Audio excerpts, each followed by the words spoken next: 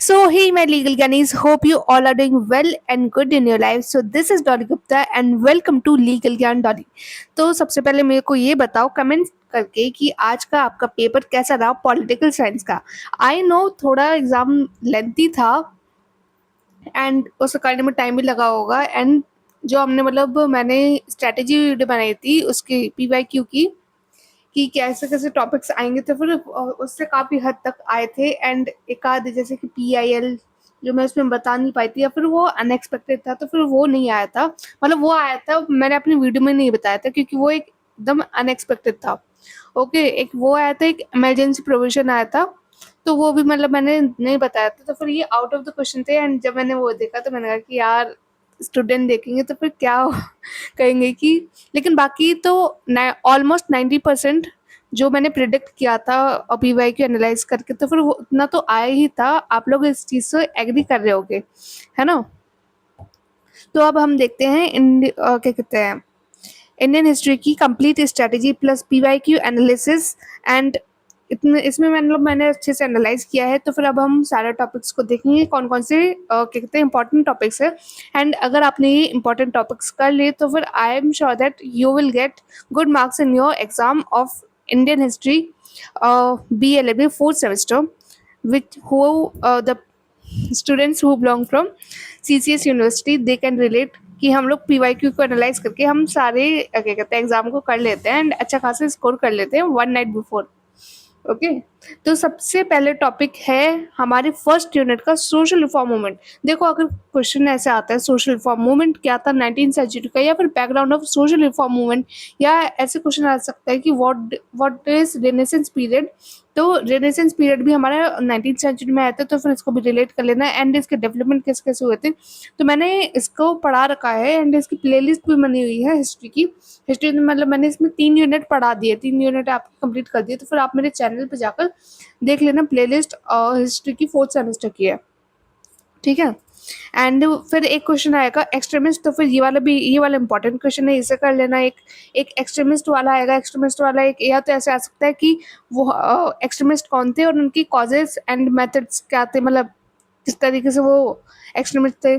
या फिर ऐसे क्वेश्चन आ सकते हैं कि डिफरेंस करो एक्सट्रीमिस्ट एंड मॉडरेट में, तो फिर मैंने ये भी पढ़ा रखा है, आप मेरे लेक्चर से जाकर देख लेना।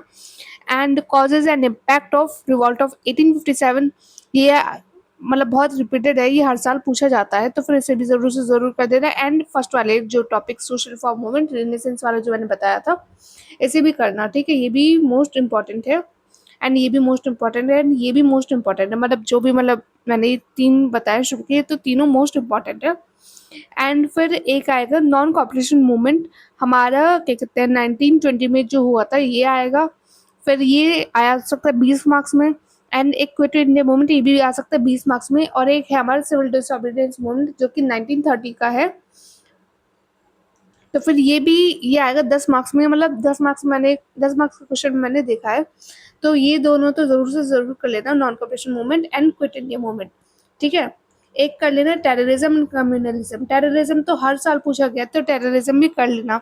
मान लो इन केस अगर आप थोड़े से पॉइंट्स इसके भूल रहे हो या फिर आप कम पॉइंट्स पता है तो फिर आप ये टेररिज्म वाला कर सकते हो, या फिर अगर लेट सपोज आपको ये वाला नहीं आता तो आप ये वाला कर लोगे, तो फिर ये 5 टॉपिक आराम से करके जाना, टेररिज्म, कम्युनलिज्म, ये मूवमेंट्स वगैरह, ठीक है। तो ये मैं मार्क कर देती हूँ कौन कौन से सबसे ज़्यादा कहते हैं मोस्ट इम्पॉर्टेंट है। वैसे एक ये है, एक ये ज़रूर करके जाना, एक ये ज़रूर करके जाना, एक ये ज़रूर करके जाना, terrorism and non cooperation movement. And BR Ambedkar ये जो बायोग्राफी अगर टाइम मिले पहले ही 5 टॉपिक्स तो ज़रूर से ज़रूर करके जाना, ये मोस्ट इम्पॉर्टेंट है।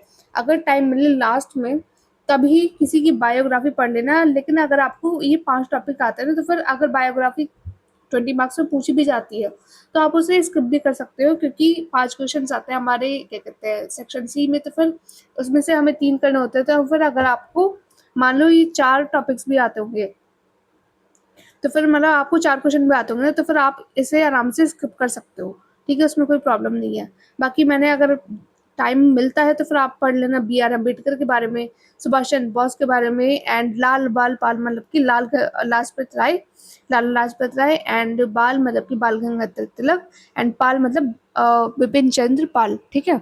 इनके बारे में पढ़ लेना। एंड एक और थे, क्या कहते हैं, जवाहरलाल नेहरू, ये भी थे। एंड गोपाल कृष्ण गोखले, ये थे, ये सब थे। तो फिर आप इन्हें भी देख लेना अगर टाइम मिले तो।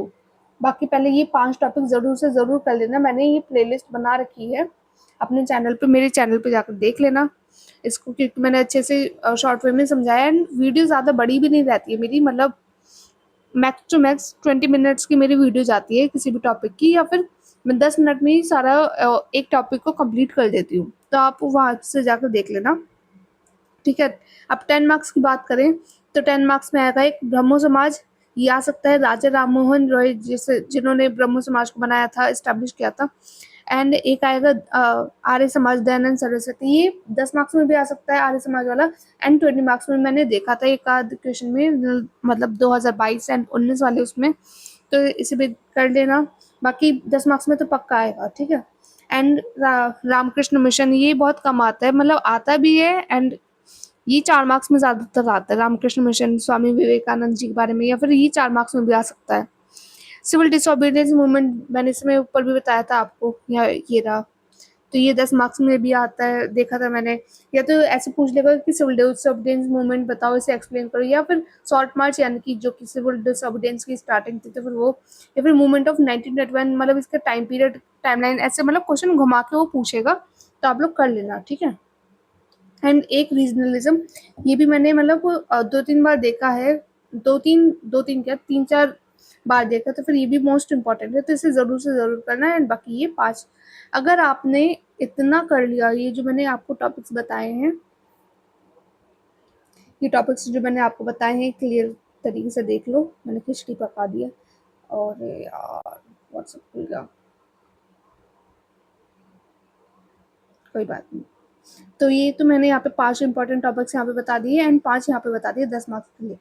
तो अगर आपने इतना भी कर लिया तो फिर 4 मार्क्स का आप आराम से कर पाओगे। एंड मेरे को आज का बता देना कि आज का एग्ज़ाम आपका कैसा रहा, कैसा नहीं रहा। एंड मेरे को एक चीज़ और बता देना कि मेरे को क्या कहते हैं, वन शॉट बनाना चाहिए या नहीं, और क्या कहते हैं, आपको मेरे ये स्ट्रैटेजी वीडियोस या पीवीक्यू से हेल्प मिल रही है या नहीं। तो फिर आप ये चीज़ बता दिया करो, क्योंकि मतलब मेरे को आपके फीडबैक की बहुत ज़रूरत पड़ती है, क्योंकि मतलब मैं ये चीज़ें निकालती हूँ आप लोगों के लिए। तो मेरे को भी मतलब ज़रूरत पता चलना चाहिए कि आप लोग क्या सोचते हो, क्या नहीं। तो ये मेरे को बता देना। एंड अगर अब तक देख रहे हो तो thank you for watching this video, and thank you for love and support. And let's connect, and मतलब लीगल ज्ञान से हमेशा कनेक्ट रहो, ठीक है। लाइक, कमेंट एंड शेयर कर देना, एंड सब्सक्राइब कर लेना मेरे चैनल को। Okay, bye bye.